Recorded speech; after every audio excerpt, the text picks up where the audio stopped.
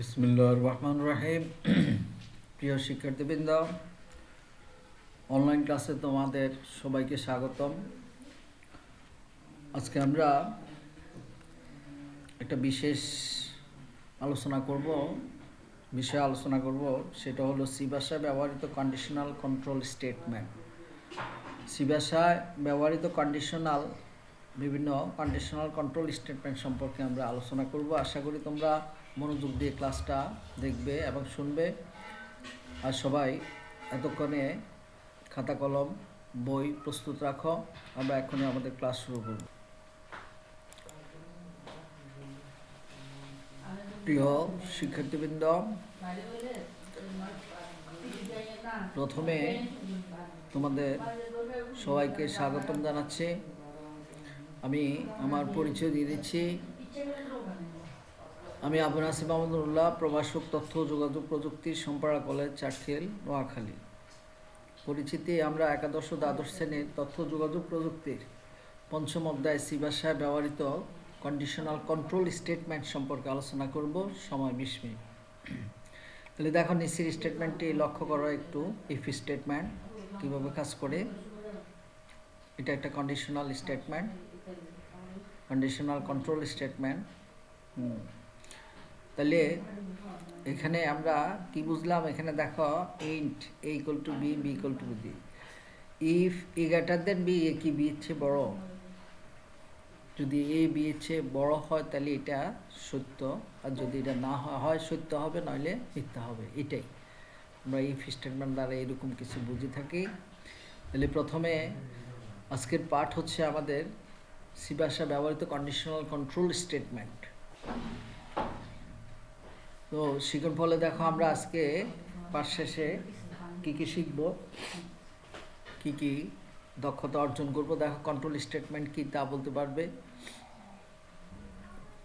Conditional control statement কী তা বলতে পারবে। একটা হলো কন্ট্রোল স্টেটমেন্ট কী তা বলতে পারবে, একটা হলো কন্ডিশন সহকারে কন্ট্রোল স্টেটমেন্ট কী তা বলতে পারবে। কন্ডিশনাল কন্ট্রোল স্টেটমেন্ট ব্যবহার করে প্রোগ্রাম তৈরি করতে পারবে। তাহলে দেখো, কন্ট্রোল স্টেটমেন্ট সি ভাষায়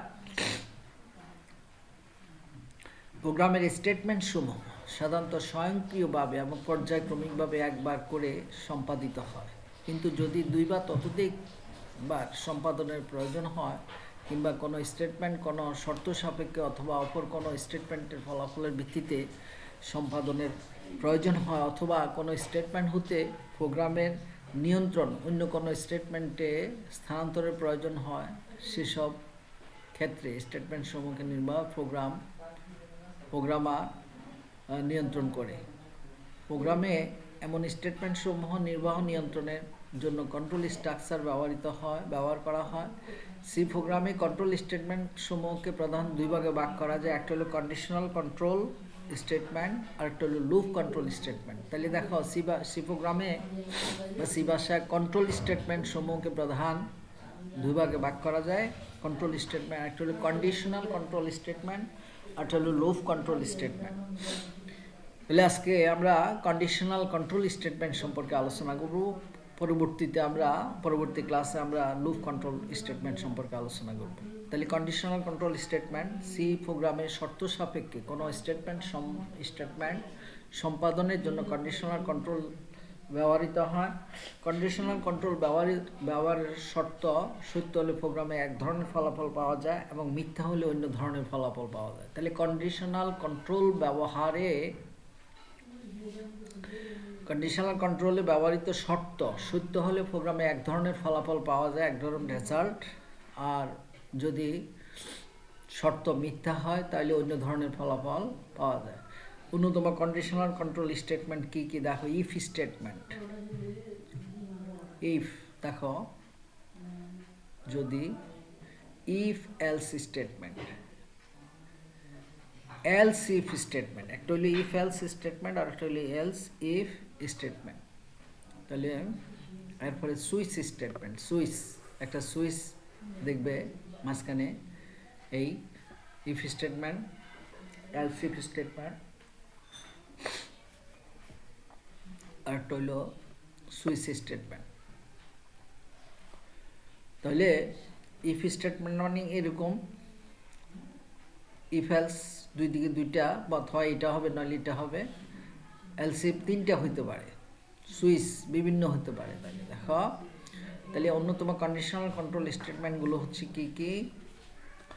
if statement, if else statement, else if statement বা nested if statement, switch statement. অন্যতম কন্ডিশনাল কন্ট্রোল স্টেটমেন্টগুলো ইফ স্টেটমেন্ট, এগুলো বলেছি, if else statement, else if statement, switch statement. If statement প্রথমে আমরা খেয়াল করি, দেখো ইফ স্টেটমেন্ট প্রোগ্রামের শর্ত সাপেক্ষে কোনো স্টেটমেন্ট সম্পাদনের জন্য ইফ স্টেটমেন্ট ব্যবহার করা হয়। একটু খেয়াল করে শুনতে হবে তোমাদের, এগুলো প্রোগ্রামের শর্ত সাপেক্ষে কোনো স্টেটমেন্ট সম্পাদনের জন্য ইফ স্টেটমেন্ট ব্যবহার করা হয়। ইফ স্টেটমেন্ট ব্যবহারের ফরম্যাট হলো ইফ কন্ডিশন, সেকেন্ড ব্র্যাকেট দিয়ে আমরা সেকেন্ড ব্র্যাকেটের মাঝখানে আমরা অ্যাকশন দেব, যে কাজটা করব এই কাজটাই হবে ইফ কন্ডিশন। তাহলে এখানে দেখো condition, if condition is true, তাহলে কন্ডিশনাল কোড হবে এখানে। ইফ কন্ডিশন ইজ ফলস, বা ট্রু বা ফলস হইতে পারে, হয় সত্য নইলে মিথ্যা। ট্রু হলে এদিকে, আবার এদিকে আসবে, ইফ ফলস হলে সরাসরি চলে যাবে।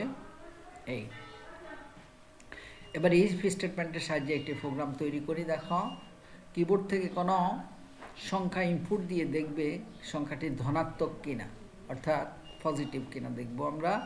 তাহলে দেখো আমরা সি ভাষায় কীভাবে প্রোগ্রাম তৈরি করতে হবে। প্রথমে আমাদের কম্পিউটার স্টার্ট দিলে প্রথমে আমরা এইরকম একটা স্ক্রিন পাবো। স্ক্রিন থেকে উইন্ডোজ প্রোগ্রামটা চালু করতে হবে আমাদের। এরপরে স্টার্ট বাটনে ক্লিক করতে হবে। স্টার্ট বাটনে ক্লিক করার পরে আমরা অল প্রোগ্রামে ক্লিক করব, অল অ্যাপস অথবা অল প্রোগ্রাম ক্লিক করলে আমরা এবারে টার্বো সি প্লাস প্লাস, এর আগের ক্লাসও তোমাদেরকে দেখাইছি আমি, টার্বো সি প্লাস প্লাস 4.5 উপর ক্লিক করতে হবে। এরপরে তাহলে আমাদের সামনে টার্বো সি প্লাস প্লাস 4.5 মেনুর অধীনস্থ সকল প্রোগ্রাম প্রদর্শিত হবে। তোমাদের এর থেকে জানিয়ে দিই আরেকটা জিনিস, সেটা হলো অল তোমার টার্বো সি প্লাস প্লাস 4.5 এটা কিন্তু কম্পিউটারে অটোমেটিক্যালি থাকবে না, এটা অবশ্যই তোমাদেরকে ইনস্টল করে নিতে হবে, আলাদা সফটওয়্যার। এটা Turbo C plus plus C এর একটা compiler, Turbo C plus plus. এরপরে Turbo C plus plus click করলে আমরা এখানে এরকম একটা এডিটর পাবো, যেখানে আমরা প্রোগ্রাম তৈরি করব বা প্রোগ্রাম লিখব। তাহলে দেখো এরকম আমরা একটা সি প্রোগ্রাম লিখে ফেললাম, কোড করে ফেললাম। এখানে ইনক্লুড stdio.main ফাংশন, মেইন একটা ফাংশন অবশ্যই জানো। ইন্ট এ, আমাদের সমস্যা ছিল একটা সংখ্যা নিব, সংখ্যাটি পজিটিভ না নেগেটিভ এটা আমাদের দেখাইতে হবে। printf, এন্টার এ নাম্বার, একটা সংখ্যা দিব। scanf, কিবোর্ড থেকে কোনো মান যদি নিতে হয় তাহলে সেক্ষেত্রে আমাদের scanf ফাংশন ব্যবহার করতে হবে। এবং আমরা যে ভেরিয়েবল ঘোষণা করেছি এর মানটা আমরা নিব এখানে।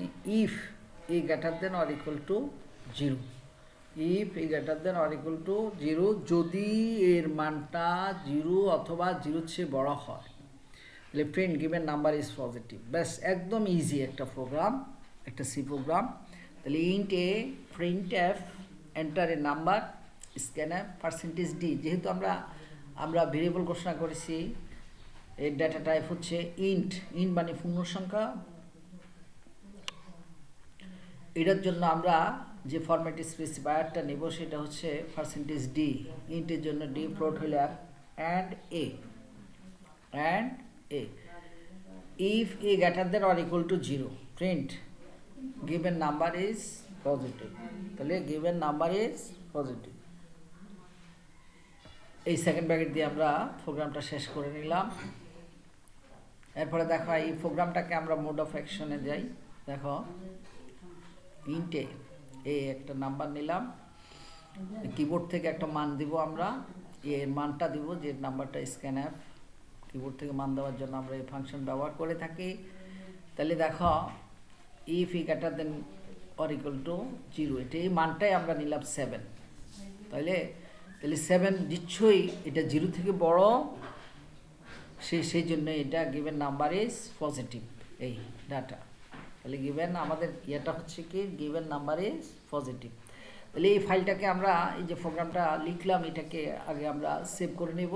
প্রথমে ফাইল মেনুর উপরে ক্লিক করব। এডিটরের প্রোগ্রাম লেখার পরে আমরা যে এডিটর পাবো এর উপরে একটা ফাইল মেনু থাকবে। ফাইল মেনুর উপর ক্লিক করলে আমরা সেভ অথবা সেভ এস ক্লিক করব। সেভে ক্লিক করার পরে আমরা সেভ এস ডায়লগ বক্স আসবে। এখানে দেখো ফাইল নেমের জায়গায় নো নেম আছে, এখানে আমরা একটা নাম দিয়ে দেব, কাঙ্ক্ষিত নাম দিলাম টেস্ট। এই টেস্ট এটা কোন ড্রাইভে তোমার ইয়ে হবে, এই যে সি ড্রাইভে আমাদের এই টেস্ট ফাইলটা সংরক্ষিত হবে অথবা সেভ হবে। এবারে ডায়লগ বক্সের ওকে বাটনে ক্লিক করতে হবে। তাহলে দেখো ফাইলটি কম্পিউটার সি ড্রাইভে সংরক্ষিত হবে, সেভ হবে সি ড্রাইভে। ইনক্লুড stdio.h মেইন এত int A printf enter a number. ওই যে আগের যে প্রোগ্রামটা আমরা এটাই নিলাম, গিভেন নাম্বার ইজ পজিটিভ। printf-এ আমরা যেটা আউটপুট পাবো এটা অবশ্যই printf-এর ইনভার্টেড কমার ভিতরে যা লিখবো সেটা আউটপুটে আমরা দেখতে পাবো স্ক্রিনে। এরপরে ফাইলটিকে আবার এক্সিকিউট করে দেখো একদম ফাইলটিকে এক্সিকিউট করে দেখেছি, সেটা হচ্ছে ইনক্লুড stdio.h মেইন এত int A printf enter a number scan বই আগের ফাইলটা আগের প্রোগ্রামটা এখানে দিলাম। এরপরে নির্বাহ চাইলে ডিবাগ অ্যাপরে ফাইলটাকে যদি রান করতে চাই তাহলে ডিবাগ মেনুর উপর ক্লিক করতে হবে। ডিবাগ মেনুর উপর ক্লিক করলে আমরা রান অপশন পাবো। এই রানের উপরে আমরা ক্লিক করি। এরপরে রানের উপরে ক্লিক করার পরে আমরা তাহলে ইনপুট দেওয়ার জন্য একটি এডিটর আসবে, এখানে একটি সংখ্যা টাইপ করি। তাহলে এই রানের উপর ক্লিক করলে আমরা এরকম একটা ডায়লগ বক্স পাবো। এখানে আমরা এই যে এন্টার এ নাম্বার অর্থাৎ কি নাম্বারটা আমরা দেব, যেটা দেব এটা অবশ্যই 0 থেকে বড় হলে সেটা পজিটিভ, আর যদি এটা না হয় তাহলে এটা পজিটিভ নয়। ইফ ফাংশন আমরা খেয়াল রাখিও, আমরা এই সম্পর্কে আলোচনা করতেছি সেটা এখানে দেখো। এবার এন্টার চাপি, ফলে নিম্নরূপ ফলাফল আসবে। তাহলে দেখো এখানে আমরা এন্টারের নাম্বারের জায়গায় 7 দিলাম। এর আগেও আমি দেখেছি যে 7 আমরা টাইপ করেছি, কিবোর্ড থেকে আমরা মানটা দিলাম 7। তাহলে গিভেন নাম্বার ইজ পজিটিভ। তাহলে 7 নিশ্চয়ই তোমরা জানো এটা একটা পজিটিভ নাম্বার বা ধনাত্মক নাম্বার। তাহলে আমাদের রেজাল্ট হচ্ছে গিভেন নাম্বার ইজ পজিটিভ। তাহলে প্রিয় শিক্ষার্থীবৃন্দ, তোমরা ইফ ফাংশন ব্যবহার করে কিভাবে একটা সি প্রোগ্রাম তৈরি করতে হয় তোমরা সেটা দেখেছ। দেখে আমরা নির্ণয় করলাম যে 7 দিলাম, মান 5 দিতে পারে, অন্য কোনো 10 দিতে পারে, 100 দিতে পারে, 200 দিতে পারি। তাহলে এই এটা দেখাবে যদি এটা 0 অথবা 0 চেয়ে বড় হয় তাহলে সংখ্যাটা পজিটিভ। তাহলে প্রিয় শিক্ষার্থীবৃন্দ, এখন এতক্ষণ যা কাজ করলাম এর মধ্যে তোমাদের জন্য একটা একক কাজ নিয়ে আসলাম। সেটা হচ্ছে দেখো, একটি শর্তের জন্য নিচের কোনটি ব্যবহৃত হয়। একটি শর্তের জন্য নিচের কোনটি ব্যবহৃত হয়। এতক্ষণ আমরা নিশ্চয় জেনে গেছি কি শর্ত বলো, বলতে পারবা? নিশ্চয় বলতে পারবা। একটা হইল ইফ ফাংশন, এই বাকিগুলো কিন্তু দেখো লাল দাগ হচ্ছে। আমরা একটা শর্তের জন্য যদি কাজ করি তাহলে সেটা হচ্ছে ইফ ফাংশন। এরপরে আসো দলীয় কাজ কদল। দুইটি সংখ্যার মধ্যে বড় সংখ্যা নির্ণয়ের প্রোগ্রাম লেখো। সি প্রোগ্রাম, একটা সি ভাষায় প্রোগ্রাম লিখবা দুইটি সংখ্যার মধ্যে বড় সংখ্যা নির্ণয়ের জন্য চেষ্টা করো। এরপরে দলে দলে মানবিক এবং বিজ্ঞান শাখার ছাত্রছাত্রীরা কাজ করবে এবং ব্যবসা শিক্ষা শাখার মেয়েরা স্টুডেন্টরা তোমরা দুইটি সংখ্যার মধ্যে ছোট সংখ্যা নির্ণয়ের প্রোগ্রাম লিখবে। এই দুইটা দলীয় কাজ তোমরা বাড়িতে তোমরা দলবদ্ধ হয়ে কাজ করবে। এরপরে দেখো মূল্যায়ন। এতক্ষণ আমরা যা শিখলাম দেখো এর মধ্যে হচ্ছে কন্ট্রোল স্টেটমেন্ট কি। কন্ট্রোল স্টেটমেন্ট আমরা প্রথমে দেখেছি। দেখো এই কন্ট্রোল স্টেটমেন্ট সম্পর্কে আলোচনাও হয়েছে, তোমরা নিশ্চয়ই বুঝতে পেরেছ। কন্ডিশনাল কন্ট্রোল স্টেটমেন্ট কি, ইফ স্টেটমেন্টের কয়টি শর্ত থাকে। তাহলে একটা হইল কন্ট্রোল স্টেটমেন্ট কি, কন্ডিশনাল কন্ট্রোল স্টেটমেন্ট কি। দেখো কন্ডিশনাল কন্ট্রোল স্টেটমেন্ট সম্পর্কে তোমাদের বলেছি। Conditional control statement. এই ইফ স্টেটমেন্টের শর্ত, কয়টি শর্ত থাকে ইফ স্টেটমেন্টে মনে আছে? কয়টি শর্ত থাকে বলো তো দেখি? একটি শর্তের উপরে কাজ করে ইফ স্টেটমেন্ট। তাহলে প্রিয় শিক্ষার্থীবৃন্দ, বাড়ির কাজ তোমরা লিখে নাও। বাড়ির কাজ হচ্ছে 3টি সংখ্যার মধ্যে বড় সংখ্যা নির্ণয়ের প্রোগ্রাম লিখে নিয়ে আসবে। তাহলে 3টা সংখ্যার মধ্যে বড় যে প্রোগ্রাম, 3টি সংখ্যার মধ্যে বড় সংখ্যাটা নির্ণয়ের জন্য যে সি ভাষায় একটা প্রোগ্রাম লিখে নিয়ে আসবে বাড়ি থেকে। কলেজ ফলো হলে আমি তোমাদের এই ইয়াটা দেখব। তো প্রিয় শিক্ষার্থীবৃন্দ, আজকে আমরা বিশেষ গুরুত্বপূর্ণ ক্লাসটা করলাম, সেটা সি ভাষায় একটা প্রোগ্রাম কিভাবে করতে হয়, এবং সেটা ইফ কন্ট্রোল স্টেটমেন্ট দ্বারা আমরা দেখলাম যে এটা সংখ্যাটা পজিটিভ, একটা সংখ্যা দিব, এই সংখ্যাটা পজিটিভ নাকি পজিটিভ নয় এটা নির্ণয়ের জন্য একটা শর্ত। শুধু পজিটিভ হলে এটা প্রিন্ট মানে রেজাল্ট আসবে, আর যদি পজিটিভ না হয় তাহলে এটা রেজাল্ট আসবে না। তো প্রিয় শিক্ষার্থীবৃন্দ, আমরা কন্ডিশনাল কন্ট্রোল স্টেটমেন্ট সম্পর্কে আলোচনা করলাম। এরপরে আমরা লুপ কন্ডিশনাল কন্ট্রোল স্টেটমেন্ট পরবর্তী ক্লাস করব। এতক্ষণ পর্যন্ত তোমরা ভালো থাকবে, সবাই স্বাস্থ্যবিধি মেনে চলাচল করবে, বাড়িতে অবস্থান করে ভালোভাবে লেখাপড়া করার চেষ্টা করো। তো প্রিয় শিক্ষার্থীবৃন্দ, আজকের জন্য আমার ক্লাসটি এখানে শেষ করলাম। সবাইকে ধন্যবাদ। আল্লাহ হাফেজ। বাংলাদেশ জিন্দাবাদ।